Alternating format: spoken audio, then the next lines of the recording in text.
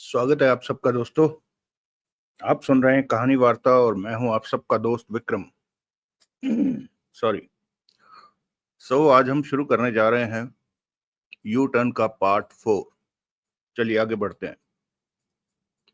Sudesh bank van को दौड़ाया जा रहा था। उसके चेहरे पर सख्ती थी। जगमोहन बगल वाली सीट पर बैठा था। वो गंभीर नजर आ रहा था। सुनसान सड़क को पार कर चुके थे वो। अब पुनः वैन भीड़भाड़ वाले इलाके में पहुंची और वैन की रफ्तार मध्यम सी हो गई थी। जब से वो वैन लेकर चले थे उनमें कोई बात नहीं हुई थी। तुमने कहा था कि किसी को मारना नहीं, सुरेश कह उठा। तुमने देख लिया कि कोई नहीं मरा। नौबत ही नहीं आई इस बात की, जगमोहन बेचैनी से बोला। कैसी नौबत? हथियार इस्तेमाल करने की? जगमोहन की निगाह बाहर सड़क पर फिर रही थी। देवराज चौन से वो जान चुके थे कि मैं कहीं गायब हूं। उन्हें आशा नहीं थी कि मैं उनसे वैन छीनने की जैसी हरकत कर सकता हूं। मैंने वैन छीनी तो वो हक्के बक्के रह गए। मैंने उनके चेहरे पढ़े थे। उन्हें यकीन नहीं आ रहा था। इसी में ही उनके लिए गोलियां चलाने का वक्त निकल गया और हम वैन ने ले भागे। जो भी हो, हमने गोलियां नहीं चलाई। यही तुम चाहते थे। वो अब देवराज चौहान को नहीं छोड़ेंगे। क्यों? क्योंकि मैं उनके हाथों से वैन ले भागा हूं। वो यही समझेंगे कि देवराज चौहान के इशारे पर मैंने ये काम किया है। सुदेश चुप रहा। तूने बहुत गलत काम करवाया मेरे से। यह सोचो कि हमारी बात मानकर तुमने देवराज चौहान की जिंदगी बचा ली, वरना हम तो सच में देवराज चौहान को मार देते। जाना कहाँ है? अभी पता चल जाएगा। कितनी देर का रास्ता है? जगमोहन ने पूछा। आधा घंटा लगेगा। हम फंस सकते हैं। कैसे? ये बात अब तक फैल गई होगी कि 60 करोड़ से भरी वैन कोई ले उड़ाए। पुलिस हरकत में आ गई होगी। वैन के बाहर दोनों तरफ मोटा मोटा बैंक का नाम लिखा है। ये बात दूर से ही नजर आ जाती है कि ये बैंक वैन है। खतरा आया भी तो सब ठीक हो जाएगा। सुदेश होंठ बीचे कह उठा। कैसे? वैन के पीछे अंबा और जगदीश हैं। वो गड़बड़ वाले वक्त के लिए ही साथ चल रहे हैं। पुलिस से पंगा लोगे? नहीं, वो पुलिस को वैन से दूर रखने की कोशिश करेंगे, सुदेश ने कहा। भूल में हो। पुलिस एक बार पीछे पड़ जाए तो फिर पकड़ कर ही रहती है। चुप रहो। मुझे वैन चलाने दो। मेरा ध्यान मत भटकाओ। इसके बाद जगमोहन ने कुछ नहीं कहा। इसी पल वैन के पीछे वाले हिस्से में आहटें हुई। जगमोहन ने चौंक कर यूं पीछे की तरफ देखा। वैन चलाते सुदेश के माथे पर बल पड़ गए। क्या है? सुदेश बोला। वैन में कोई है? जगमोहन के होंठों से निकला। नहीं, सुदेश सकपकाया। कोई है। कोई बक्सा वैन के फर्श पर गिरने की आवाज होगी वो। मुझे नहीं लगता। मुझे वो आहटें किसी इंसान की लगी थी। जगमोहन छोटी सी खिड़की की तरफ हाथ बढ़ाता हुआ कह उठा। ये 3 इंच की छोटी सी खिड़की है। पीछे बात करने के लिए होगी। अभी देखता हूं। मत खोलना। सुदेश चीख उठा। क्यों? जगमोहन ठिठका। अगर कोई भीतर होगा तो वो खिड़की पर गन रखकर गोलियां चला देगा, बेवकूफ। जगमोहन ने गहरी सांस ली। सुदेश ने ठीक ही कहा था। वो बक्सों की आवाज होगी। हमारे पास इस बात की कोई खबर नहीं है कि वैन में कोई हो सकता है। ये खबर तो देवराज चौहान के पास भी नहीं थी। शायद अचानक प्रोग्राम बन गया हो और भीतर गनमैन बिठा दिया हो। चैन से बैठो, सुदेश ने तीखे स्वर में कहा। अपना दिमाग मत दौड़ाओ।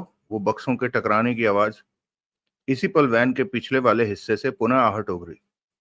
जगमोहन ने सुदेश को देखा। चेहरे पर जहरीली मुस्कान नाच उठी। आवाज फिर आई है। सुदेश के होंठों से निकला। पीछे कोई है। जगमोहन व्यंग से बोला। भुगतना अब उसे। ये तो गंभीर बात है, सुदेश परेशानी से बोला। वैन का पिछला दरवाजा खोलोगे तो वो गोलियां चला देगा। उसे अब तक इस बात का आभास हो चुका होगा कि वैन के साथ कोई गड़बड़ हो चुकी है। गन थामे गोलियां चलाने के लिए वो तैयार बैठा होगा। जगमोहन बोला। मैं सोच रहा हूं कि अब तुम लोग वैन कैसे खोलोगे। चिंता मत करो, कोई रास्ता निकल आएगा। मैं भी चाहता हूं कि रास्ता निकले, क्योंकि भीतर मौजूद 60 करोड़ मुझे ले जाने हैं। तुम लोगों को तो पैसा नहीं चाहिए। नहीं, हम ये काम नहीं करते। जगमोहन ने सुदेश को घूरा, फिर कह उठा, बहुत शरीफ हो जो तुम लोग ये काम नहीं करते। हाँ, हैं। बैंक वैन लूट कर भाग रहे और कहते हो कि भीतर पैसे की जरूरत नहीं। वैन मैंने नहीं लूटी। मत भूलो कि जिन्होंने लूटी है वैन उनसे हमने छीनी है। अगर हम शरीफ होते तो हमें वैन को पुलिस के पास ले जाना चाहिए था। बेशक तुम वैन को पुलिस के पास ले जाना, लेकिन उससे पहले हम भीतर से अपने काम की चीज निकाल लें। तो सच में तुम लोगों को नोट नहीं चाहिए?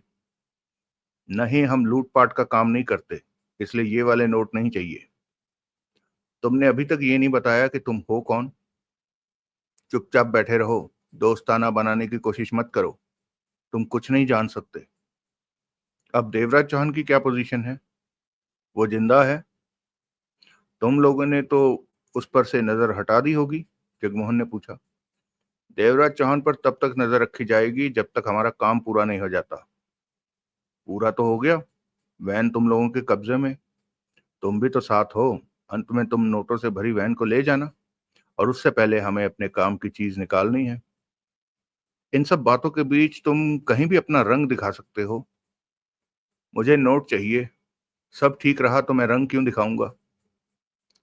जब तक हमारी नजरें देवराज चौहान पर रहेंगी तो मजबूरी के खूंटे से बंधे रहोगे। ये जरूरी काम है, हम रिस्क नहीं लेना चाहते। वैन भीड़ से भरी भीड़ से भरी दौड़ वैन भीड़ से भरी सॉरी वैन भीड़ से भरी सड़क पर दौड़ी जा रही थी। अभी तक पुलिस का खतरा सामने नहीं आया था। तुम लोग गैंगस्टर नहीं हो? जगमोहन कह उठा। नहीं, मैं ये नहीं समझ पा रहा हूं कि तुम लोग हो कौन। जब तुम नोटों से भरी वैन लेकर चलोगे तो तब भी इस बात से अनजान होगे कि हम हैं कौन।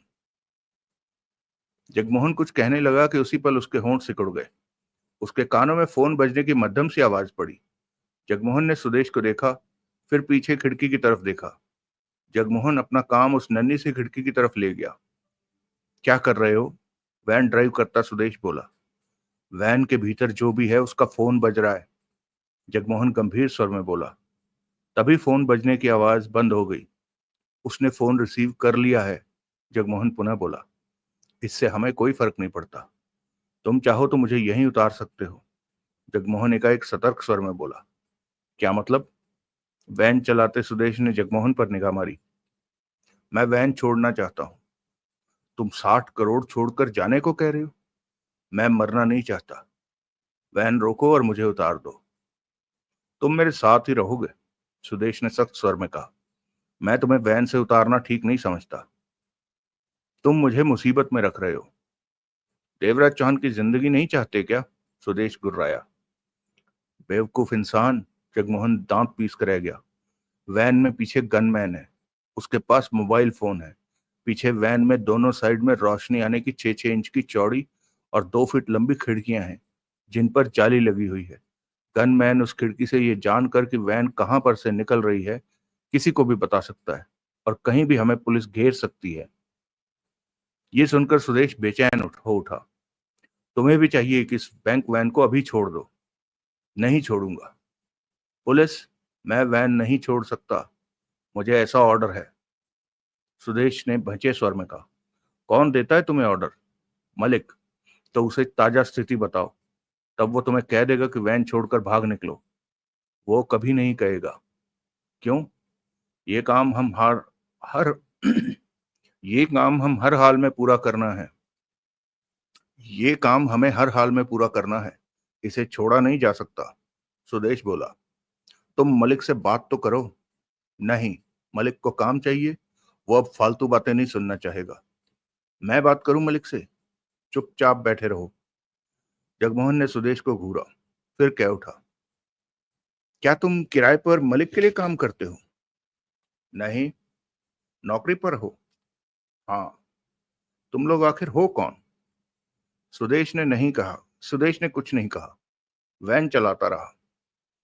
अभी कितना रास्ता बचा है? जगमोहन ने पूछा। 20 मिनट का। तुम लोग बुरे फंसोगे। पीछे मौजूद गनमैन ने सब देख रहा है खिड़की से कि वैन कहाँ जा रही है। वो पुलिस को या अपने अफसरों को ये खबर दे रहा होगा कि वैन किधर से निकल रही है। ऐसा होता तो अब तक पुलिस घेर चुकी होती, सुदेश ने कहा। ये बात सफर खत्म होने के बाद कहना। अभी पुलिस के पास भी 20 मिनट बाकी हैं। तुम तो बड़े डरपोक हो, सुदेश भीचे स्वर में बोला। इस बात से तुम अपने को बहादुर साबित करना चाहते हो? जगमोहन ने कड़वे स्वर में कहा। सुदेश चुप रहा। गनमैन पीछे वाली छोटी सी खिड़की जैसे रोशनदान से ये भी जान लेगा कि आखिरकार तुमने कहां पर वैन ले जा रोकी है, यानी कि बचा नहीं जा सकता। मेरी बात को समझने की कोशिश करो। खामोश रहो। यूं ही मेरा दिमाग खराब मत करो। तुम्हारा मतलब कि मैं पागल हूं जो यूं ही बोले जा रहा हूं? पता नहीं तुम क्या हो, लेकिन मुझे अपना काम करने दो। सुदेश सपाट स्वर में बोला। मुझे नीचे उतार दो। ठीक है, वैन रोककर तुम्हें नीचे उतार दूंगा, परंतु उस स्थिति में देवराज चौहान के बचने की गारंटी नहीं रहेगी। जगमोहन दांत भींच कर रह गया।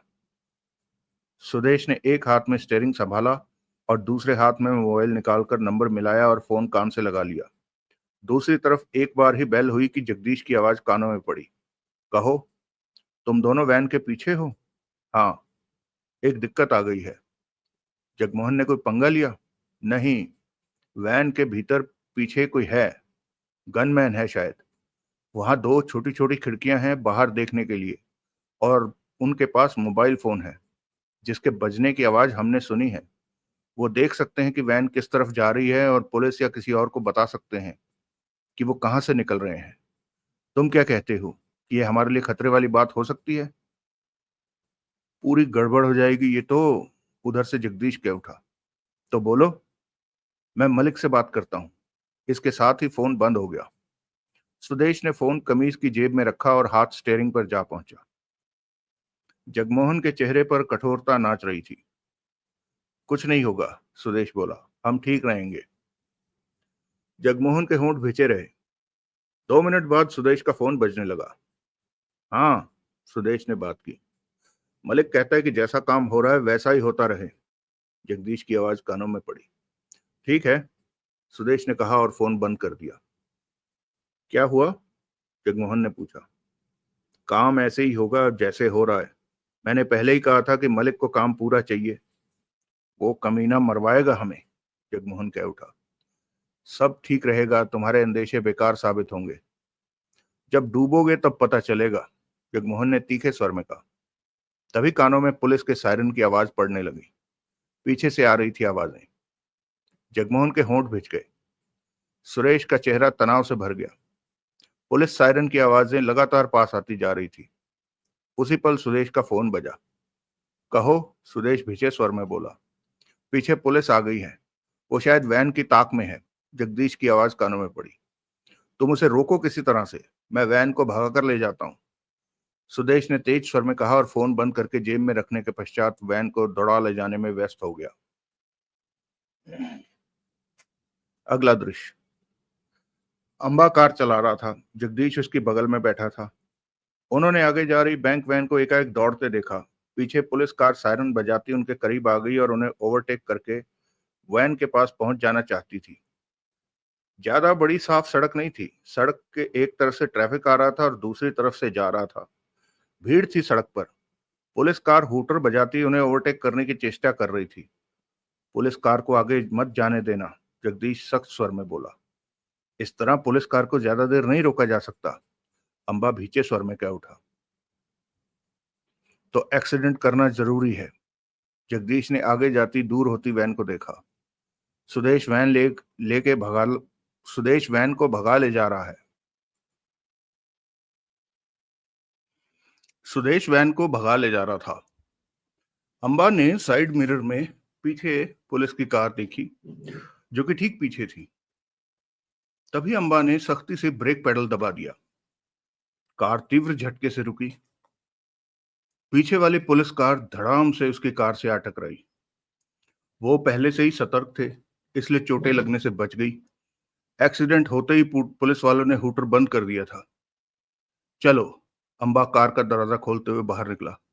पुलिस वालों से इस तरह उलझना है कि वो वैन के पीछे जाने का विचार छोड़ दें। वैसे भी अब तक वैन काफी आगे निकल चुकी होगी। जगदीश भी बाहर निकल आया।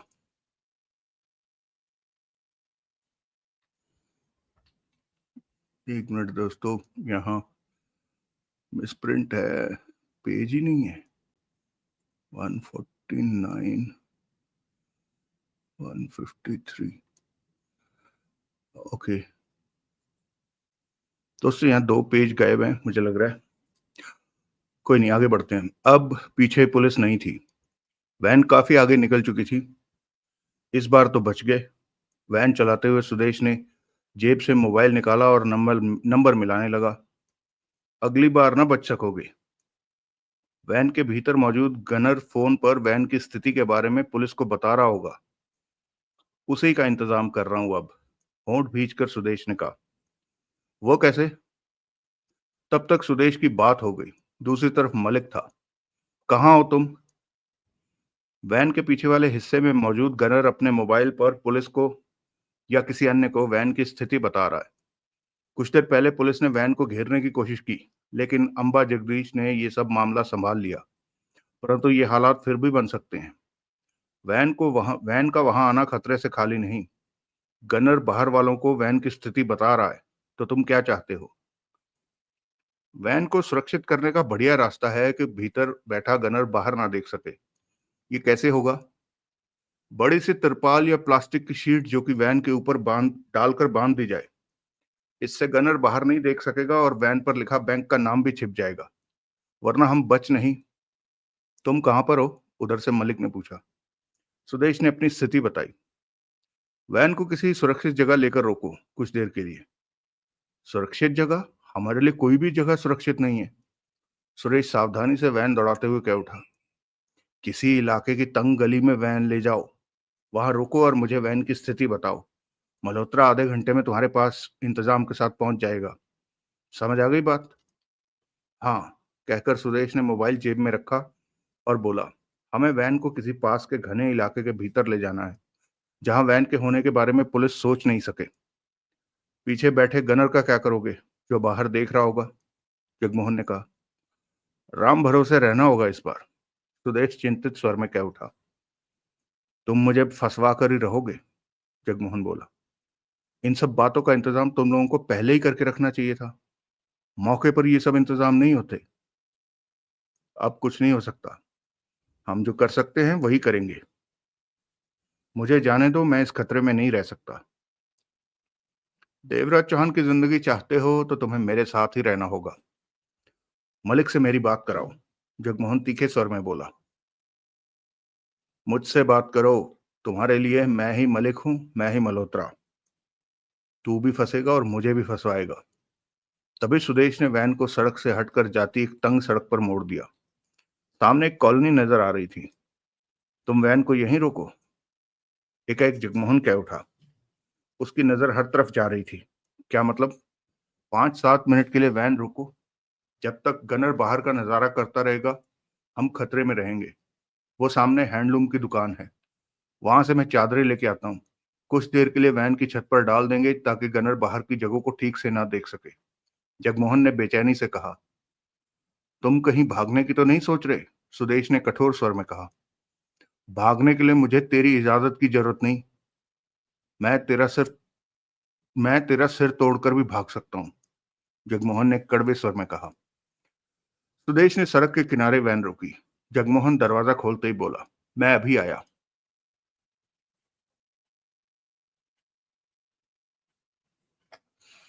जल्दी, जब तक गनमैन बाहर देख रहा है हम फंसे रहेंगे। जगमोहन बाहर निकला और दरवाजा बंद करके तेजी से आगे बढ़ गया। सामने 200 फीट दूर हैंडलूम की दुकान नजर आ रही थी। 10 मिनट में जगमोहन डबल बेड की 2 चादरें लेकर लौटा। सुदेश अभी तक ड्राइविंग सीट पर ही बैठा था। वो बाहर निकला। इन चादरों का इस्तेमाल कैसे करोगे? सुदेश ने उसके पास आते ही पूछा। जगमोहन ने वैन की साइड में बनी खिड़की में देखा। 6 इंच चौड़ी और 24 इंच लंबी खिड़की या फिर रोशनदान था वो। उसके ऊपर जो लोहे का जाल लगा हुआ था। दूसरी तरफ भी यही हाल था। इसे जाली और शीशे के बीच चादर को इस जाली और शीशे के बीच चादरें ठूस कर फंसा देते हैं। इस तरह के भीतर वाला बाहर ना देख सके। ये ठीक रहेगा। इसके लिए मुझे वैन की छत पर चढ़ना पड़ेगा, जगमोहन ने कहा और वैन के आगे के दरवाजे पर चढ़कर छत पर पहुंचकर छत पर पहुंचने का प्रयास करने लगा। धूप हो रही थी। दोपहर का 1 बजने वाला था।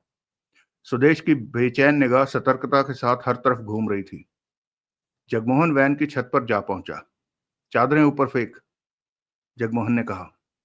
सुदेश ने चादरों वाला लिफाफा ऊपर उछाल दिया। जगमोहन ने लिफाफा थामा और एक चादर निकालकर उसकी तह खोली, फिर उसे इकट्ठा करके छत पर लेटा और चादर थामे नीचे हाथ करके जाली और शीशों के बीच ठूंस कर फंसाने लगा। 2 मिनट अवश्य लगे, परंतु चादर शीशे और जाली के बीच इस तरह फंसा दी कि भीतर वाले को शीशे से बाहर कुछ भी नजर ना आए और वैन के रफ्तार पर दौड़ने पर भी चादर अपनी जगह से ना हटे। सुदेश नीचे खड़ा चादर को फंसाए जाते देख रहा था। ठीक है? जगमोहन ने पूछा। मेरे ख्याल से तो ठीक ही है, नीचे खड़े सुदेश ने कहा। दूसरी तरफ आ जा। इसी तरह जगमोहन ने वैन के दूसरी तरफ भी शीशे और जाली में चादर फंसा दी। ठीक है? जगमोहन ने पुनः पूछा। हाँ, अब भीतर वाला बाहर नहीं देख सकेगा। जल्दी से नीचे आ। जगमोहन नीचे आ गया। दोनों पुनः वैन में जा बैठे। सुदेश ने वैन स्टार्ट की और सीधा ले गया। उसका इरादा आगे से मोड़ कर वैन को वापस लाने का था, परंतु तभी कानों में पुलिस का सायरन पड़ने लगा। दोनों की नजरें मिली। पुलिस यहां भी आ गई। भीतर साला गनमैन पुलिस को वहां की स्थिति बता रहा होगा। सुरेश गुर्राया। अब नहीं बता सकेगा। मैं वैन को आगे से किसी दूसरे रास्ते से निकालता हूं। सुदेश ने रफ्तार बढ़ा दी। ज्यादा तेज मत चलाओ, ये कॉलोनी के भीतर का इलाका है, जगमोहन ने कहा। उसके कानों में भी पुलिस हूटर की आवाज पड़ रही थी। सुदेश के जबड़े भिजे हुए थे। भीतर मौजूद गनमैन को अब बाहर का कुछ भी नजर नहीं आएगा। हम इस तरह सुरक्षित रहेंगे, जगमोहन ने कहा। एक बार उसे दिशा भ्रम हो जाए तो फिर वो समझ नहीं सकेगा कि वैन किस रास्ते पर जा रही है। दिशा भ्रम तो उसे कॉलोनी के मोड़ों से ही होना शुरू हो गया होगा। जब तक हम इस सड़क से निकलकर मुख्य सड़क पर पहुंचेंगे तो वो समझ नहीं पाएगा कि वैन किधर है, कहाँ जा रही है। सुदेश कठोर स्वर में बोला। वो भीतर से वैन का शीशा तोड़ सकता है, जगमोहन के होठों से निकला। इस तरह वो फिर बाहर देख सकेगा। एक बार दिशा भ्रम उसे हो गया तो फिर वो रास्ते को ठीक से पहचान नहीं सकेगा। सुदेश वैन दौड़ाता हुआ बोला। 15-20 मिनट की बात है, तब तक हम अपने ठिकाने पर होंगे। ठिकाना कैसा है? जगमोहन ने पूछा। क्या मतलब? खुले में है या बंद में? क्षण भर चुप रहकर सुदेश ने कहा। खुले में। सुनसान जगह है? हाँ। कोई पक्का ठिकाना होना चाहिए था। वो हमारा काम 1-8 घंटे का ही है, पक्का ठिकाना हमने क्या करना है? जगमोहन ने गहरी सांस ली। वैन तेजी से दौड़ी जा रही थी। मैंने कुछ गलत तो नहीं कहा जो तुमने सांसें भर रही? मैंने कुछ गलत तो नहीं कहा जो तुमने सांसें भर ली? अब तुम्हारा काम घंटों लंबा हो सकता है। भीतर बैठे बैठे गनर को भूल गए क्या? सुदेश के होंठ भिज गए। अब पुलिस सायरन की आवाज सुनाई देनी बंद हो गई थी। सुदेश कॉलोनी की गलियों सड़कों पर वैन दौड़ाता दूसरी तरफ आ निकला था और ऐसी सड़क उसने पकड़ ली थी जो कि पहले वाली मुख्य सड़क पर जा निकलती थी। मलिक, गनर का कोई इंतजाम देख लेगा, हमारे पास वक्त कम है। जगमोहन ने कुछ नहीं कहा। 2-3 मिनट में हम उसी मुख्य सड़क पर जा मिलेंगे जहां से भीतर आए थे, सुदेश बोला। जगमोहन चुप रहा। सोचें उसके चेहरे पर दौड़ रही थी। उसी वक्त सुदेश का मोबाइल बजने लगा। हेलो। उसने मोबाइल निकालकर बात की। उसकी नजरें ड्राइविंग सीट पर थी। तुम कहाँ हो? मल्होत्रा की आवाज कानों में पड़ी। तिरपाल लाए हो? जरूरत नहीं, हमने चादरें खरीद कर उससे काम चला लिया। तुम इस वक्त कहाँ हो? उधर से मल्होत्रा ने अपनी स्थिति बताई। तुम फौरन बाटा चौक पर पहुंचो। वहां 2 मिनट में हमारी वैन पहुंच रही है। तुम वैन के पीछे आओ ताकि हम किसी खतरे में घिरें तो तुम सहायता कर सको। मैं बाटा चौक के पास ही हूं, तुमसे पहले पहुंच जाऊंगा, उधर से मल्होत्रा ने कहा। वैन को ढूंढ लेना, वो तुम्हें दूर से ही नजर आ जाएगी, कहकर सुरेश ने फोन बंद किया। तभी वैन के भीतर से आहट उभरी। वो भीतर परेशान हो रहा होगा, जगमोहन बोला, क्योंकि वो अब बाहर नहीं देख सकता। वो शीशा तोड़ेगा खिड़की का? सुदेश ने कहा। हो सकता है। तभी सुदेश का मोबाइल पुनः बजा। कहो। उसने बात की। तुम कहाँ हो? जगदीश की आवाज कानों में पड़ी। रास्ते में, बाटा चौक के पास। तुमने पुलिस को बढ़िया ढंग से रोका था तब। पुलिस वालों से तू तू मैं करनी पड़ी। सालों ने खुंदक में हमारी कार का नंबर भी नोट कर लिया। मलिक सब संभाल लेगा। हम बाटा चौक की तरफ आ रहे हैं, वहां हम 10 मिनट तक पहुंच जाएंगे। तुम आते रहो, कुछ ही मिनट में मल्होत्रा इस वैन को कवर कर रहा होगा। ठीक है, कोई समस्या तो नहीं आई? वैन के भीतर मौजूद गनमैन रास्ते को देखकर पुलिस वालों को खबर दे रहा है, तभी तो पुलिस हमें हर जगह घेर रही है। अब तो वो बाहर नहीं देख सकेगा, इंतजाम कर दिया है। तुम पीछे आते रहो, कहकर सुदेश ने फोन बंद कर दिया। सामने ही चौराहा आ गया था। सुदेश ने वैन को धीमा किया और चौराहे पर मोड़ते हुए मुख्य सड़क की भीड़ में वैन पहुंच गई। ट्रैफिक की वजह से उनकी रफ्तार मध्यम हो गई थी। जगमोहन की निगाह हर तरफ फिर रही थी। ऐसी भीड़ भरी सड़क पर कम रफ्तार में हम खतरे में पड़ सकते हैं, जगमोहन ने कहा। कोई और रास्ता भी नहीं है, इस सड़क से निकलना जरूरी है, सुदेश ने गंभीर स्वर में कहा। एक गलती तुम लोगों ने की, मलिक बेवकूफ लगता है। अब क्या हो गया? बैंक वैन से आधा घंटा या पौने घंटे जितना लंबा रास्ता भीड़ भरी सड़क पर तय करना हो तो कोई सुरक्षित तरीका ये था कि बख्तरबंद ट्रक तैयार कर रखते, वैन को ट्रक में चढ़ा देते। ऐसे में रास्ते में कोई खतरा नहीं आता, पुलिस का भी खतरा नहीं आता, और भीतर मौजूद गनमैन भी वैन की स्थिति किसी को ना बता पाता। हम डकैती डालने वाले नहीं हैं, जितना दिमाग था उतना काम कर लिया। जगमोहन जवाब में कुछ नहीं कह सका। परंतु तुम लोगों ने वैन को छुपाने के लिए बख्तरबंद ट्रक का इंतजाम क्यों नहीं किया था? हमें जरूरत नहीं थी, क्योंकि वैन को जहां ले जाना था वो सारा रास्ता सुरक्षित था, जगमोहन बोला। एकाएक भीड़ बढ़ने लगी। वाहनों की रफ्तार कम होने लगी। अब चींटियों की तरह वाहन रेंगने लगे थे। आगे जाम लगता है, सुदेश बोला। तुम जरा खिड़की का शीशा नीचे करके बाहर देखना। जगमोहन ने शीशा नीचे किया और गर्दन बाहर करके आगे देखा। अगले ही क्षण गर्दन भीतर करके कहा, पुलिस ने सड़क पर चेक पोस्ट लगा रखी है। क्या? सुदेश का मुंह खुला का खुला रह गया। उसने जगमोहन को देखा। जगमोहन के चेहरे पर गंभीरता नाच रही थी। तुमने सोचा कि दिन दहाड़े लुटी बैंक वैन को सड़क पर दौड़ाते रहोगे और तुम्हें कोई पूछेगा नहीं? अब क्या होगा? सुदेश परेशान हो उठा। अभी भी वक्त है, मौका हाथ में है भागने का। वैन यहीं छोड़ो और भाग लो। मैंने ऐसा किया तो मलिक मुझे गोली मार देगा, नहीं किया तो पुलिस तुम्हें और मुझे डकैत समझकर मार देगी। वो यही सोचेगी कि हमने ही वैन को। मुझे कोई और रास्ता बताओ, सुदेश चीखने जैसे स्वर में बोला। रास्ता ही बताया है कि वैन को छोड़कर भागो। नहीं, मैं वैन छोड़कर नहीं भागूंगा, सुदेश ने दृढ़ स्वर में कहा।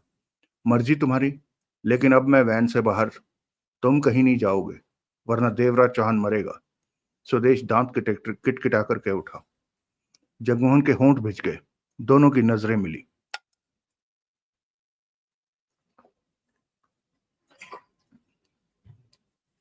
ये जरूरी तो नहीं कि तुमने आत्महत्या का इरादा कर लिया है तो मैं भी आत्महत्या।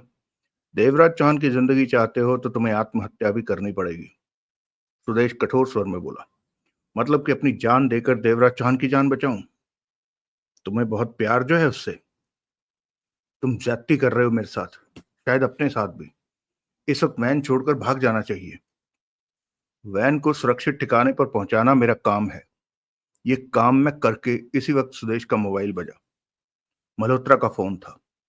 वैन चींटी की रफ्तार से आगे सरक रही थी। आगे पुलिस ने चेक पोस्ट लगा रखी है, वो वैन के लिए ही खड़े होंगे। क्या मतलब?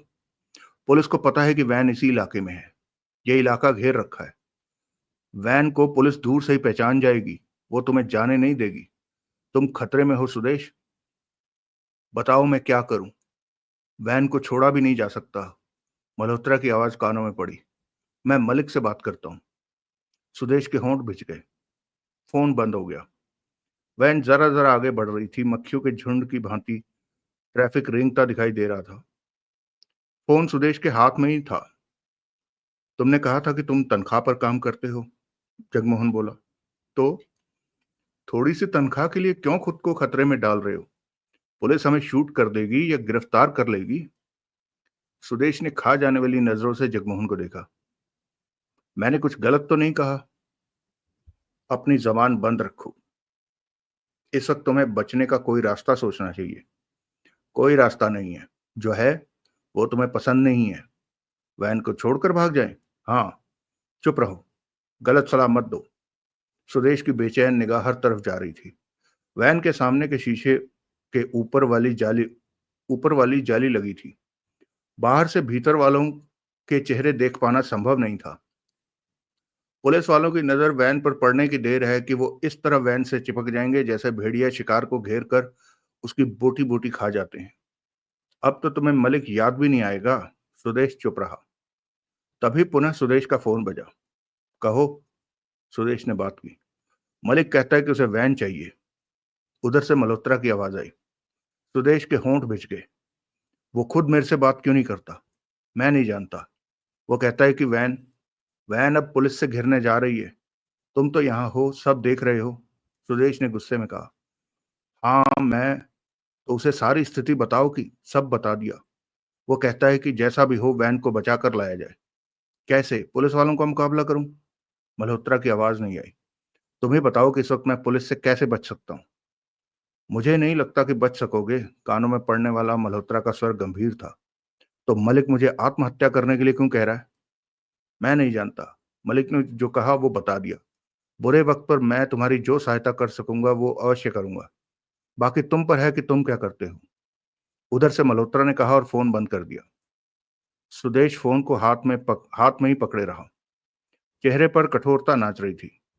जगमोहन की निगाह बार बार सुदेश पर जा रही थी। क्या इरादा है? जगमोहन ने पूछा। मलिक को वैन चाहिए। मैं वैन नहीं छोड़ सकता। सुदेश का अंदाजा हारे हुए सिपाही जैसा था। सुदेश का अंदाज हारे हुए सिपाही जैसा था। तुम फंस जाओगे या मारे जाओगे? जो भी हो, मैं मैदान नहीं छोड़ सकता। मैं यहीं रहूंगा, वैन में, और वैन को बचा ले जाने की चेष्टा करूंगा। तुम। उसी पल हाथ में मोबाइल बजने लगा।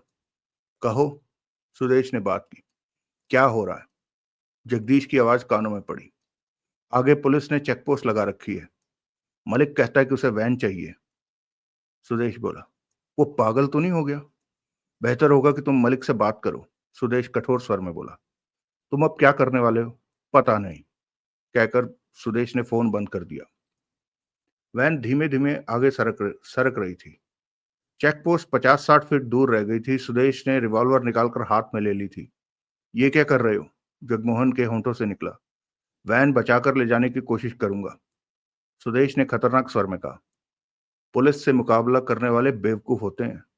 पुलिस एक आदमी का नहीं, एक अंतहीन संस्था का नाम है। तुम दो चार को मार दोगे तो बाकी सब तुम्हारे पीछे होंगे। पुलिस से बचना हो तो हमेशा ये याद रखो कि उस पर कभी वार मत करो। मैं सिर्फ अपनी जान बचाने की कोशिश कर रहा हूं। तुम वैन से निकल जाओ। क्या? जगमोहन ने अचकचाकर उसे देखा। तुम वैन से निकल जाओ। मैं तुम्हें इस तरह फंसाना नहीं चाहता। जाओ। जगमोहन ने गहरी सांस ली। बाहर नजरें घूमी। मैं जानता हूं कि मलिक ने तुम्हें गलत आदेश। वक्त कम है। सुदेश गुर्राया। वैन से बाहर निकलो। अपने को बचाओ। जगमोहन ने हाथ बढ़ाकर सुदेश के हाथ से रिवॉल्वर लेनी चाही, परंतु सुदेश ने सख्ती से रिवॉल्वर थाम रखी थी। दिखाओ तो। जगमोहन आराम से बोला। वापस दे दूंगा। सुदेश ने सामने देखते हुए हाथ ढीला किया। रिवॉल्वर जगमोहन के हाथ में आ गई। मैं तुम्हारे दिल की हालत समझ रहा हूं। तुम्हें मलिक पर भरोसा है, परंतु उसे तुम्हारी जान की परवाह नहीं। तभी उसने तुम्हें वैन के साथ रहने का आदेश दिया है। इस वक्त तुम गुस्से में हो। तुम्हारा गुस्सा मलिक पर है, और गुस्से की वजह से तुम ठीक से सोच नहीं पा रहे और रिवॉल्वर निकाल ली पुलिस का मुकाबला करने के लिए। तुम ही सोचो, क्या एक रिवॉल्वर से तुम पुलिस का मुकाबला कर लोगे? वो कई हैं, और उनके पास हथियार भी होंगे। तुम एक दो को मार दोगे, इससे ज्यादा कुछ नहीं होगा, और अंत में वो तुम्हारा शरीर गोलियों से छलनी कर देंगे। सुदेश ने कठोर निगाहों से जगमोहन को देखा। शांत दिमाग से काम लेना। इन हालातों में शांत कोई नहीं रह सकता। सुदेश खतरनाक स्वर में बोला।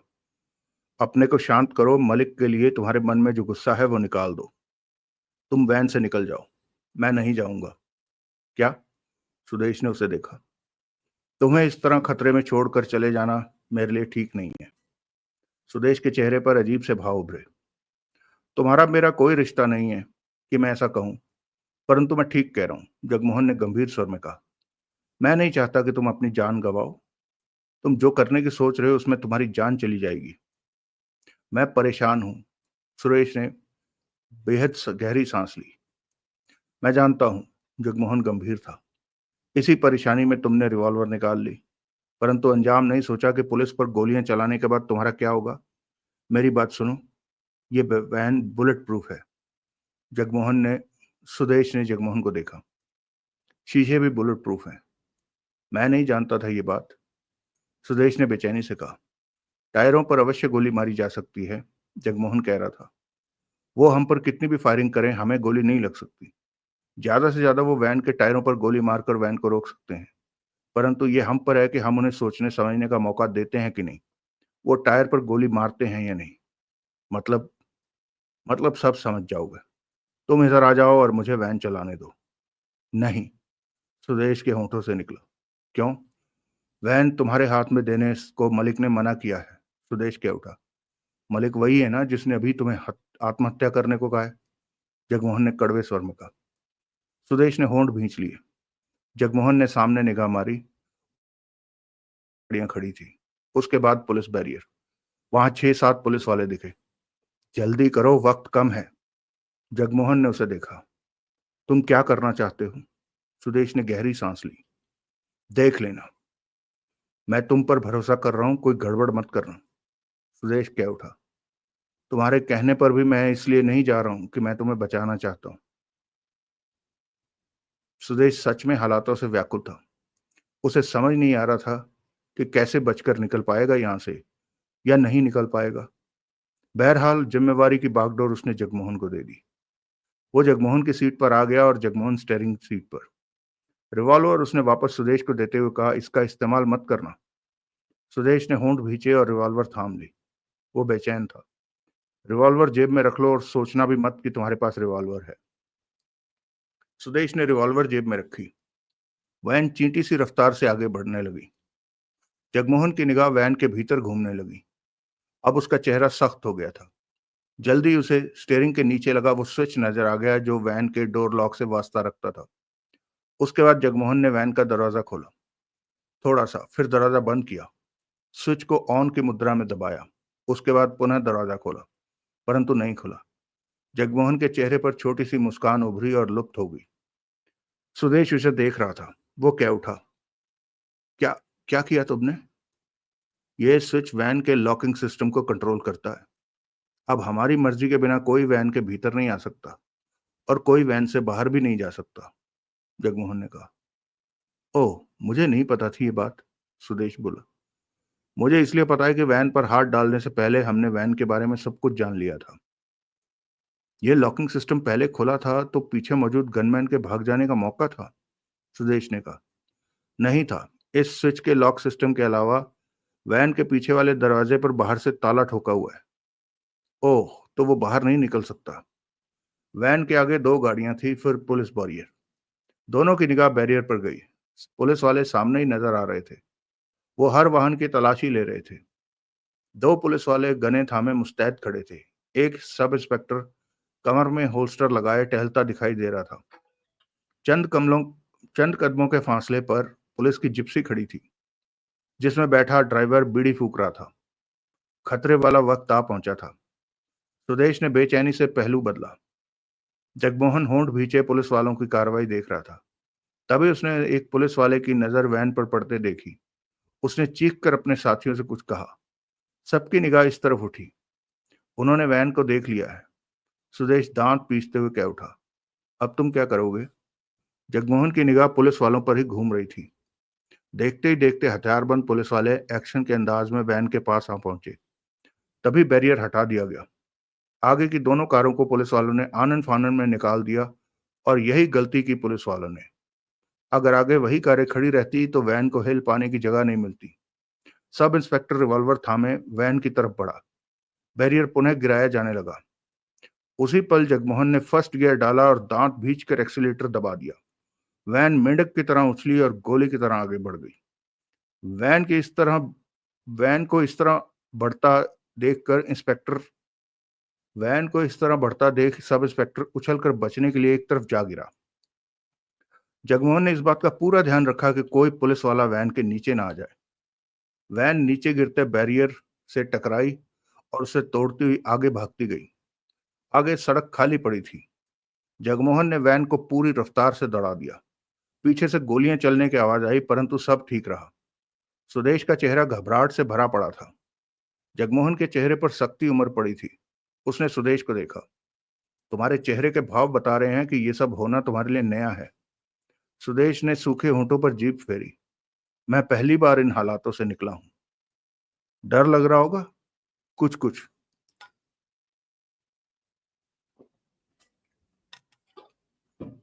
चिंता मत करो, सब ठीक है। जगमोहन ने वैन के साइड मिरर पर नजर मारकर कहा। वो पुलिस हमारे पीछे आ रही होगी। जरूर आएगी। बल्कि उन्होंने हेडक्वार्टर खबर कर दी होगी। हमारी वैन के बारे में हर तरफ मैसेज फ्लैश हो जाएगा। खतरा बढ़ जाएगा। तुमने वैन के साथ जहां पहुंचना है वहां वो जगह कितनी दूर है?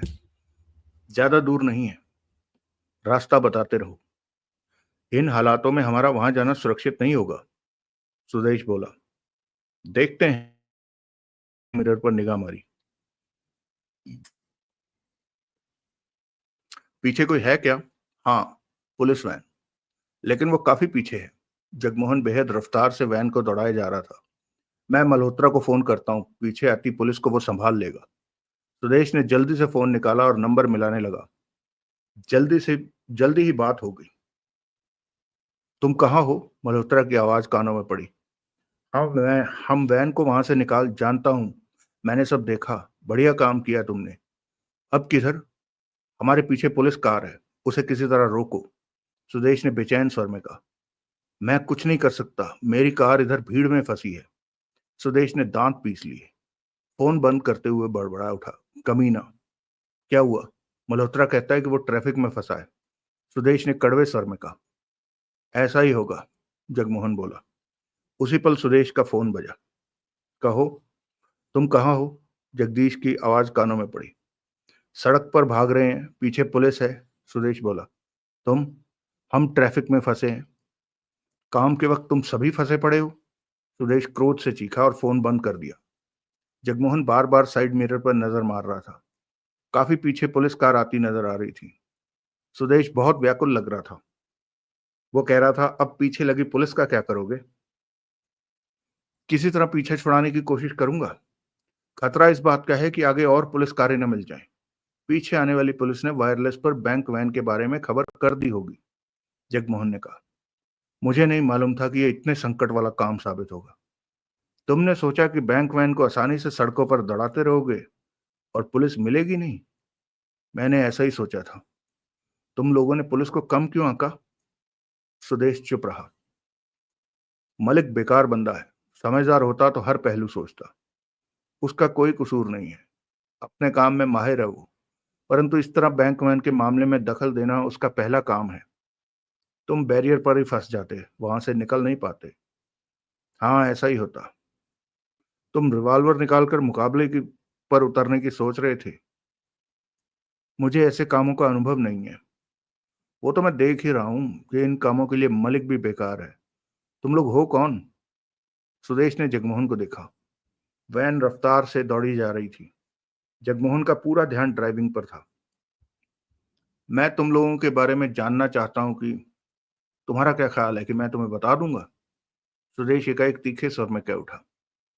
मैंने तुम्हें अभी अभी बचाया है। तुम्हें मेरा भरोसा करना चाहिए। तुमने मुझे नहीं, अपने को भी बचाया है।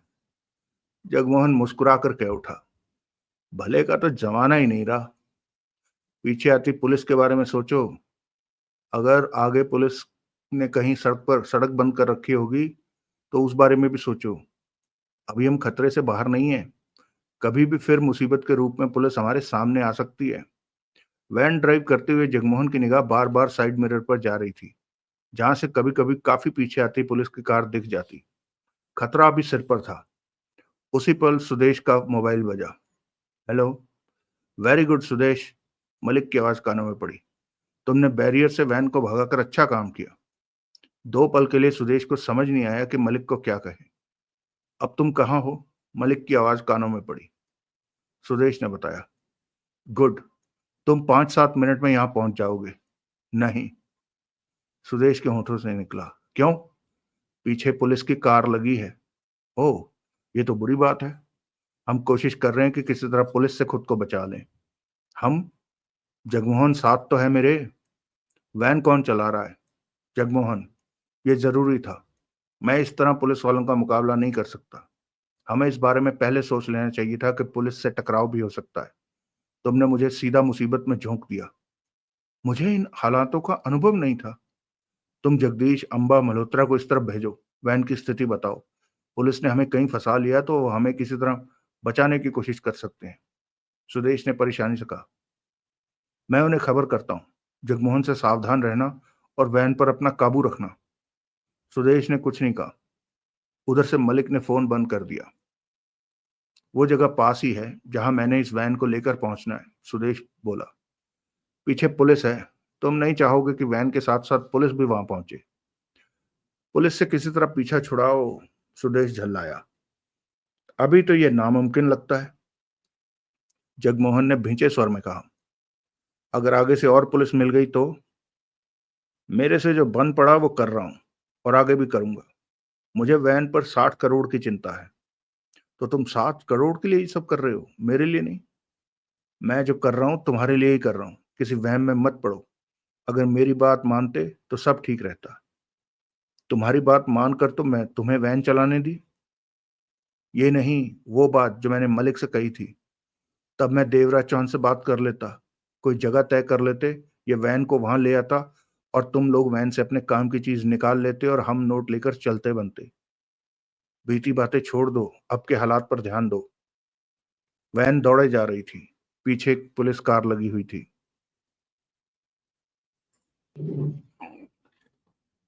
अगला दृश्य।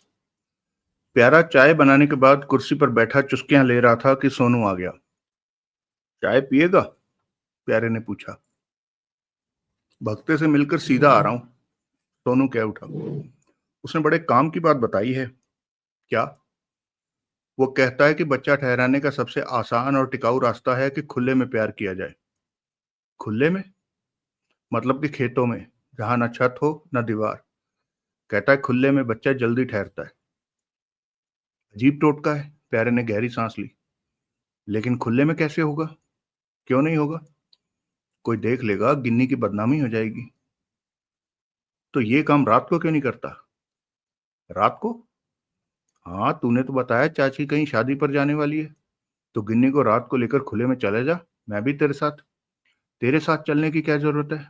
तू? समझा कर चौकीदारी करूंगा। रात को कोई भी आ सकता है। ठीक है, ये तूने ठीक कहा। प्यारे चाय का गिलास सोनू को देता हुआ बोला। ये तू पी। तू? मैं जरा गिन्नी से 5 मिनट में मिलकर आता हूं। बैठ तो, तेरे को कुछ बताना है। क्या? भक्ता बहुत खुश था। उसका खुशी के मारे उसकी खुशी देखकर मेरा तो दिल जल उठा। कहता है पिंकी बहुत अच्छी है, उसका बहुत ख्याल रखती है। बोलता है कि उसने पिछले जन्म में मोती दान करे होंगे जो उसे पिंकी जैसी पत्नी मिली। पिंकी का तो वो लट्टू हुआ पड़ा है। ऐसा क्यों? तू भी गिन्नी से शादी कर लेगा? हाँ। मैं अकेला रह जाऊंगा। सोचता हूँ कि मैं भी कोई अच्छी सी लड़की देखकर शादी कर लूं। ये तो तूने अच्छी बात सोची। कल कलुआ से भी मिला था। कलुआ? वो ऑटो वाला? हाँ। कह रहा था कि मेरे 2 ऑटो आजकल खाली पड़े हैं, कोई भरोसे का ड्राइवर नहीं मिल रहा। वो जानता है ना कि मैं हर तरह की गाड़ी का बढ़िया ड्राइवर हूँ। कहने लगा कि मैं उसका ऑटो चलाना शुरू कर दूं। जो भी कमाई हो आधी आधी कर लेंगे। तो तूने क्या कहा? मैंने बोला एक आधे दिन में जवाब दे दूंगा। बात तो ठीक है।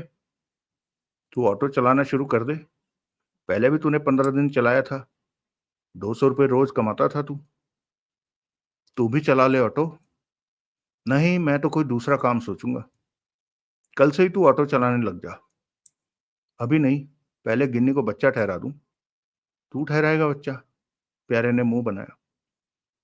कैसी बुरी बात करता है तू। मेरा मतलब कि चौकीदारी तो मैंने ही करनी है तब। हाँ वो तो ठीक है, प्यारे उठता हुआ बोला। मैं गिन्नी से जरा मिल कर आया। प्यारा बाहर निकला और 4 कदम आगे बढ़कर चाची के घर में प्रवेश कर गया। पहला कमरा खाली था। चाची, ओ चाची, प्यारे ने आवाज लगाई। तभी भीतर से के कमरे से आवाज आई। तू आ गया प्यारे, जरा इधर तो आ। क्या बात है चाची? दूसरे कमरे में जाता प्यारे कह उठा। ये ब्लाउज का हुक पीठ की तरफ है, खुल नहीं रहा, अटक गया है। तू जरा खोल दे। दूसरे कमरे में प्रवेश करते ही चाची पर उसकी नजर पड़ी तो हड़बड़ाकर वापस पहले कमरे में आ गया। तू भाग क्यों गया प्यारे? देख चाची, नॉनवेज काम मैं नहीं करूंगा। वेज काम तो जितना मर्जी करा ले। पानी भर के ला दूंगा, केले ला दूंगा, सब्जी ला दूंगा, नमक हल्दी ला दूंगा, लेकिन नॉनवेज काम नहीं करूंगा। प्यारे ने कहा। तू पागल हो गया क्या? चाची की झल्लाई आवाज आई। अरे नहीं चाची, मैं तो पूरे होश में हूँ। हुक अटक गया है, पीछे है, इसलिए तेरे को खोलने के लिए कह रही हूँ। चाची हुक तो खोल देता, वेज मामला है, लेकिन तू तो बिना पेटीकोट के खड़ी है। हाय रब्बा, चाची की आवाज आई। गिन्नी कहाँ है? प्यारे ने पूछा। अपना सूट सिलने देने गई है, चाची की आवाज आई। शादी में नया सूट तो चाहिए ना। शादी? किसकी शादी है? रिश्तेदारी में जाना है। कब? कल। तू चलेगा? ना चाची, मैं तो अपनी शादी में ही जाऊंगा। जब तक गिन्नी के साथ मेरी शादी नहीं होती मैं किसी की शादी में नहीं जाऊंगा। वो तो मेरी हाँ के बिना थोड़ी होगी। तू हाँ कर दे। तेरे को तो कहा है कि अपना मकान बेचकर मेरे पास रहने आ जा, सब बढ़िया हो जाएगा। मकान तो कभी ना बेचूं। फिर शादी नहीं होगी प्यारे। तू मेरी बात नहीं मानेगा, मैं तेरी बात नहीं मानूंगी। इसके साथ ही चाची ने कमरे में प्रवेश किया। वो कमीज कमीज सलवार पहनने लगी। हुक कैसे खोला? तोड़ दिया। चाची मुस्कुराई। प्यारा भी मुस्कुराया। तूने मुझे बिना पेटीकोट के देख लिया, चाची ने गहरी सांस लेकर कहा।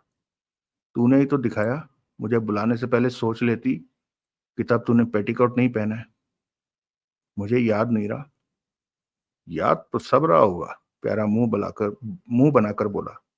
सामान दिखाने का मन कर रहा होगा। शरारती हो गया है तू। चाचे का क्या हाल है? आजकल दिखता नहीं वो। सुबह जाता है तेरा चाचा, रात 10 बजे आता है।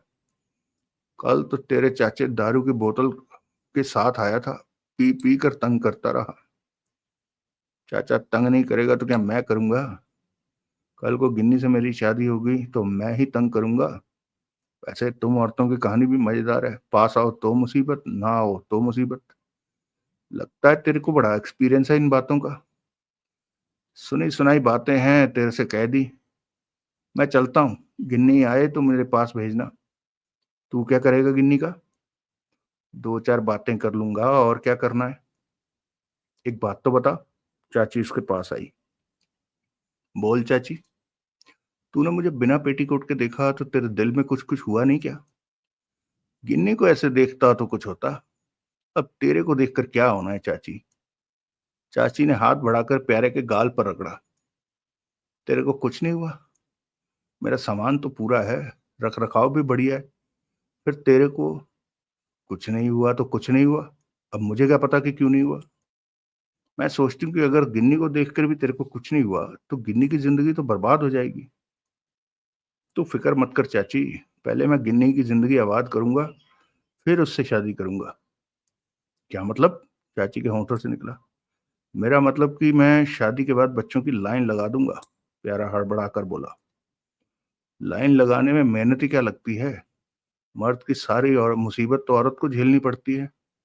मर्द तो लोगों से बधाइयां लेता फिरता है। मेरे को तो सब मर्द बहुत बुरे लगते हैं, चाची ने मुंह बनाकर कहा। चाची तू कहेगी तो बच्चा मैं अपने पेट से पैदा कर लूंगा, बस तू गिन्नी से मेरी शादी करवा दे, प्यारे ने कहा और कमरे से बाहर निकलकर गली में आ गया और फिर आगे बढ़कर अपने घर में प्रवेश कर गया। सोनू उसके बेड पर आंखें बंद किए लेटा था। आहट पाकर उसने आंखें खोली। मिलाया गिन्नी से? वो तो सूट सिलवाने गई है टेलर के पास। कृष्णा के पास गई होगी। गिन्नी वहीं से सूट सिलवाती है। तेरे को कैसे पता? मेरी भाभी बनने वाली है, इतनी खबर तो रखता ही हूं कि भाभी कहाँ कहाँ आती जाती है। सोनू मुस्कुराकर बोला। प्यारा बैठता हुआ बोला, चाय बना, पीते हैं। तू कृष्णा की दुकान पर जाकर गिन्नी से मिल ले। जब आएगी तो मिलूंगा। चाची को कह आया हूं कि गिन्नी को भेज दे। तभी दरवाजे पर आहट हुई और चाची ने भीतर प्रवेश किया। हाथ में ब्लाउज थाम रखा था। क्या हाल है चाची? सोनू मुस्कुराकर बोला। चाची का हाल पूछता है और उस दिन गिन्नी से राखी बंधवाने नहीं आया? 50 रुपए की राखी खरीद कर लाई थी गिन्नी तेरे लिए। तूने तो नुकसान करा दिया। आया क्यों नहीं? चाची ने सुनक कर पूछा। बाकी 250 नहीं थे तेरे को? तेरे को कहा तो था कि किस्तों में दे देना। अगली बार की राखी को आऊंगा। गिन्नी को कहना कि राखी संभाल कर रखे। वो राखी तो भैरों के लड़के को बांध दी। आखिरकार राखी के पैसे भी तो पूरे करने थे। उसने भी 85 रुपए दिए। चाची ने कहा और ब्लाउज प्यारे को थमाती हुई कही, क्या उठी? इसका हुक टूट गया है, टांका लगवा ला। ब्लाउज का? प्यारा हड़बड़ाया। हाँ, तूने तो खोला नहीं, इसलिए मैंने तोड़ दिया। इतना काम तो कोई मुफ्त में भी कर देगा। ठीक है चाची। प्यारे ने गहरी सांस ली। गिन्नी नहीं आई? नहीं, आ जाएगी। इतनी देर तो नहीं लगती सूट का नाप देने में। कृष्णा को बातों में फंसा रही होगी। शाम को सूट सिला हुआ चाहिए, कल शादी पर जाना है, वरना वो 4 दिन से पहले कहाँ देता है। चाची, अपनी आदतें गिन्नी को मत सिखा। क्यों उसे बिगाड़ती है कि सामने वाले को फंसा कर काम निकालो? सोनू बोला। चुप कर तू। तेरे को क्या पता कि कितनी परेशानी होती है जब वक्त पर सूट ना मिले तो। प्यारे, ब्लाउज का टांका लगवा लाना, भूलना मत, कहकर चाची बाहर चली गई। सोनू प्यारे को देखता कह उठा, चाची ने तेरे को हुक खोलने को कहा था? हाँ, मैंने नहीं खोली। बेवकूफ है, मुझे बुला लेता, मैं खोल देता। प्यारा गहरी सांस लेकर रह गया। मैं चाय बनाता हूँ, कहते हुए सोनू उठ खड़ा हुआ।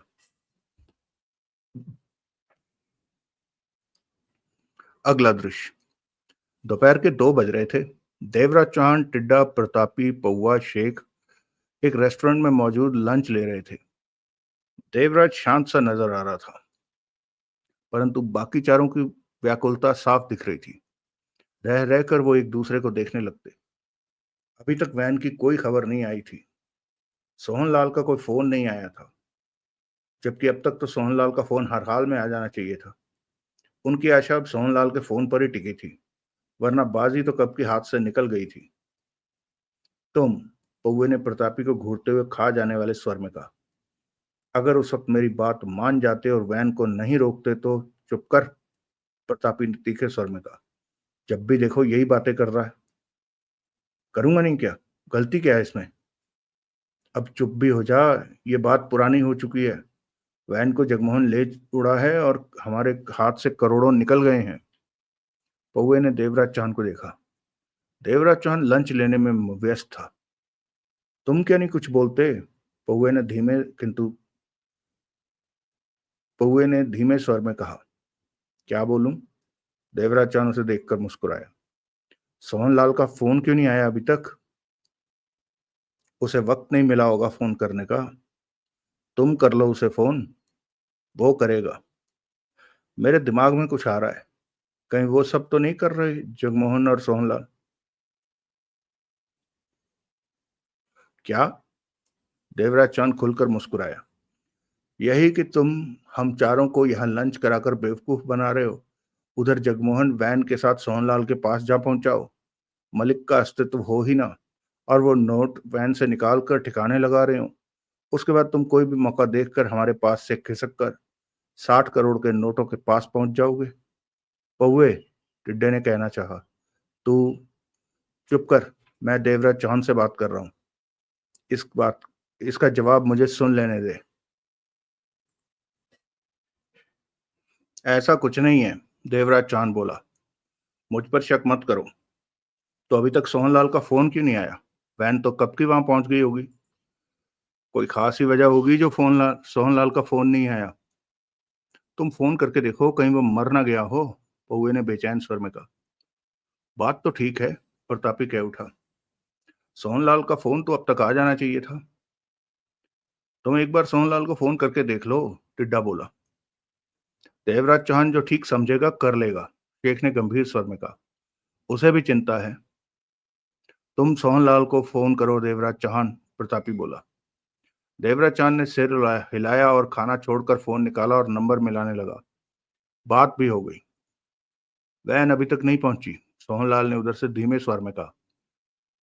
इतनी देर क्यों हो गई? देवराज चौहान ने पूछा। पता चला कि रास्ते में पुलिस टकरा गई है। सोहनलाल की आवाज बहुत आहिस्ता थी। उस वैन में जगमोहन भी है। ओह, पता चला कि जगमोहन इन लोगों की बात क्यों मान रहा है? देवराज चौहान बोला। चारों का पूरा ध्यान देवराज चौहान की बात पर था।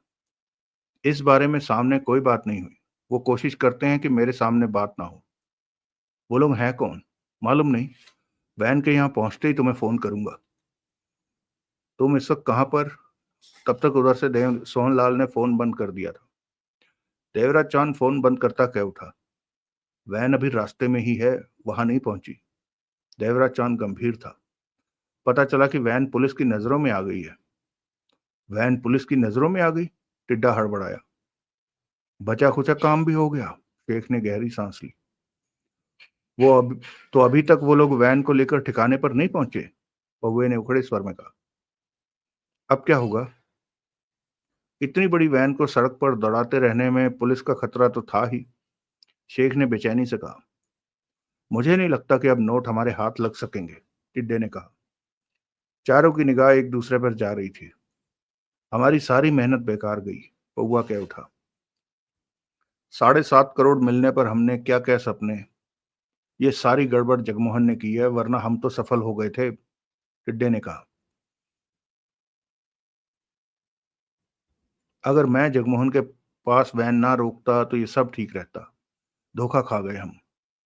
मैंने तो तेरे को मना किया था, प्रतापी देवराज चौहान से बोला। सोहनलाल इस वक्त कहाँ है? मैं नहीं जानता। पता करो, हम सब वहीं चलेंगे, प्रतापी ने कहा। हमारे वहां जाने का कोई फायदा नहीं, क्योंकि वैन वहां नहीं पहुंची है। क्या पता पहुंच गई हो। पहुंची होती तो सोहनलाल बता ना देता। क्या पता जगमोहन की तरह सोहनलाल भी कोई गड़बड़ कर रहा हो, हमसे झूठ बोल रहा हो। ऐसी बात नहीं है। क्यों नहीं है? जगमोहन गड़बड़ कर सकता है तो सोहनलाल भी कर सकता है। देवराज चौहान ने प्रतापी को आंखों में देखा, फिर अन्यों की। सबकी नजरें देवराज चौहान पर थी। मैं बहुत देर से तुम लोगों की बातें सुन रहा हूं, अब खामोश हो जाओ, देवराज चौहान ने कहा। तुम सोहनलाल से पूछ क्यों नहीं लेते कि वो इस वक्त कहाँ है? शेख बोला। जब उसका फोन आएगा तो जरूर पूछ लूंगा। देवराज चौहान की आवाज में कुछ सख्ती थी। चारों चुप ही रहे। उतावलापन मत दिखाओ, सबके साथ चलो।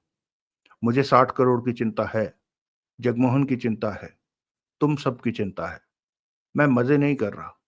जब तक अगली खबर वैन के बारे में नहीं मिलती, हम कुछ नहीं कर सकते। तुम्हें भरोसा इस बात का है कि सोहनलाल तुमसे सच कह रहा है? भरोसा है। तुम्हें जगमोहन पर भी भरोसा था कि वो तुम्हारे खिलाफ कोई गड़बड़ नहीं कर सकता, परंतु उसने की। जिस बात का जवाब मेरे पास नहीं है, वो बात क्यों करते हो? वक्त आने पर जवाब मिल जाएगा। कोई तो वजह होगी जो जगमोहन ने ये किया, वरना उससे काम लेना संभव नहीं था। देवराज चौहान के चेहरे पर कठोरता नाच उठी। प्रतापी, शेख बोला। देवराज चौहान ठीक कहता है। मैंने कब कहा कि गलत कहता है? मुझे तो अपने हिस्से के 7.5 करोड़ की चिंता है। उसमें देवराज चौहान का भी 30 करोड़ है। परंतु देवराज चौहान को तो इस बात की तसल्ली है कि गड़बड़ जगमोहन ने की है। हमसे गलती हुई होती तो क्या ये चुप बैठता? बात तो ठीक कही, टिड्डा मुस्कुराया। देवराज चौहान ने सिगरेट सुलगा ली। तुम कुछ कहोगे नहीं? पौवे ने देवराज चौहान से कहा। मुझे वैन के बारे में खबर आने का इंतजार है, देवराज चौहान ने शांत स्वर में कहा। अगला दृश्य। जगमोहन की आंखें सिकुड़ी, चेहरे पर कठोरता आती चली गई। डीसीएमबी बैंक वैन को वो तेज रफ्तार से दौड़ा रहा था। इस सड़क पर ज्यादा ट्रैफिक नहीं था। परंतु अब काफी आगे उसने सड़क के बीचों बीच पुलिस की जिप्सी खड़ी देखी। पास में खाकी वर्दी में पुलिस वाले भी दिखे। उनकी वैन को रोकने के लिए पूरा इंतजाम कर रखा था पुलिस ने। ये सुदेश के होठों से निकला। आगे पुलिस है, सड़क घेर रखी है। जगमोहन के होंठ भिजे रहे। वैन दौड़ती रही। क्या करे? सुदेश की आवाज में बेचैनी आई। एक ही खतरा है कि ये वैन के टायरों पर गोली न मारे। जगमोहन कह उठा। पीछे की क्या पोजीशन है? जगमोहन ने साइड मिरर पर नजर मारी। काफी पीछे पुलिस कार है। पुलिस वाले हमें घेर रहे हैं। सुदेश के दांत भिज गए। हम जितना भी पुलिस की नजरों में रहेंगे, सड़क पर दौड़ते रहेंगे, उतना ही पुलिस को वक्त मिलेगा हमें घेरने का। सुदेश कुछ कह ना सका। वो जगह करीब आ गई थी जहां सड़क पर पुलिस की जिप्सी आड़ी टेढ़ी खड़ी थी। जगमोहन ने वैन की रफ्तार कम करनी शुरू कर दी थी। सुदेश के शरीर में भय से भरी झुरमुरी दौड़ गई। तुम तुम क्या करने जा रहे हो? जगमोहन, देखते रहो। तुम वैन को रोकने जा रहे हो। पुलिस मुझे डकैती के जुर्म में गिरफ्तार कर लेगी। जगमोहन के होंठों के बीच जहरीली मुस्कान रेंग उठी। तुम तो पहले बहुत बहादुर समझ बन रहे थे। तब मैंने सोचा नहीं था कि पुलिस इस मामले में आएगी। क्यों नहीं सोचा? क्यों भूल गए कि इस वैन में 60 करोड़ की रकम है?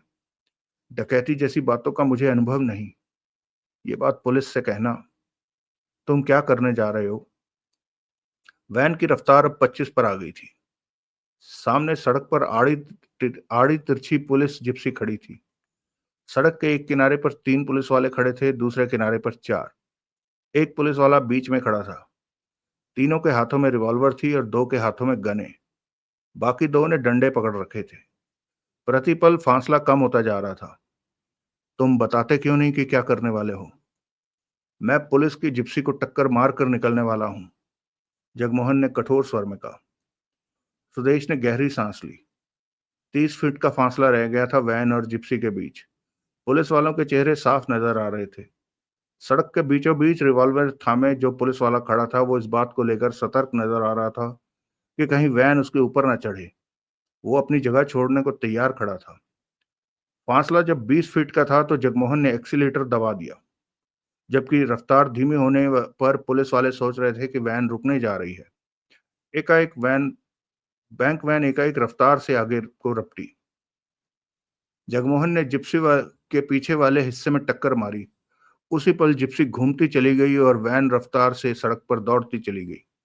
जिप्सी घूमकर सड़क पर ही पुनः आड़ी तिरछी खड़ी हो गई। वैन कब की निकल चुकी थी। पुलिस वाले वैन पर फायरिंग भी नहीं कर पाए क्योंकि सड़क पर और भी लोग नजर आ रहे थे। पुलिस वालों की हालत देखने लायक थी। पुलिस जिप्सी पीछे की तरफ से बुरी तरह पिचक चुकी थी। गाड़ी संभालो, हमें पीछे जाना है, सब इंस्पेक्टर चीखा। सर, कांस्टेबल घबराए से कह उठा। इंजन ऑयल लीक करने लगा है। वो सर, पुलिस कार आ रही है। सबकी निगाह उस तरफ रुकी। तभी पुलिस कार पास आ रुकी। ब्रेक से टायर चीख उठे। वैन कहाँ गई? उसमें बैठा इंस्पेक्टर गर्दन बाहर निकाल कर चीखा। आगे, वो उधर। इतने लोग हो तुम और वैन को रोक नहीं सके? चलो, इंस्पेक्टर ने कहा। पुलिस कार पुनः कच्ची सड़क पर रास्ता बनाती वैन की दिशा में दौड़ पड़ी। चलिए दोस्तों, आज की कहानी यहीं रोकते हैं। जैसा मैंने सोचा था, ये जो जगमोहन को किडनैप करके ले गए थे, ये हैं तो फांदेबाज ही कोई।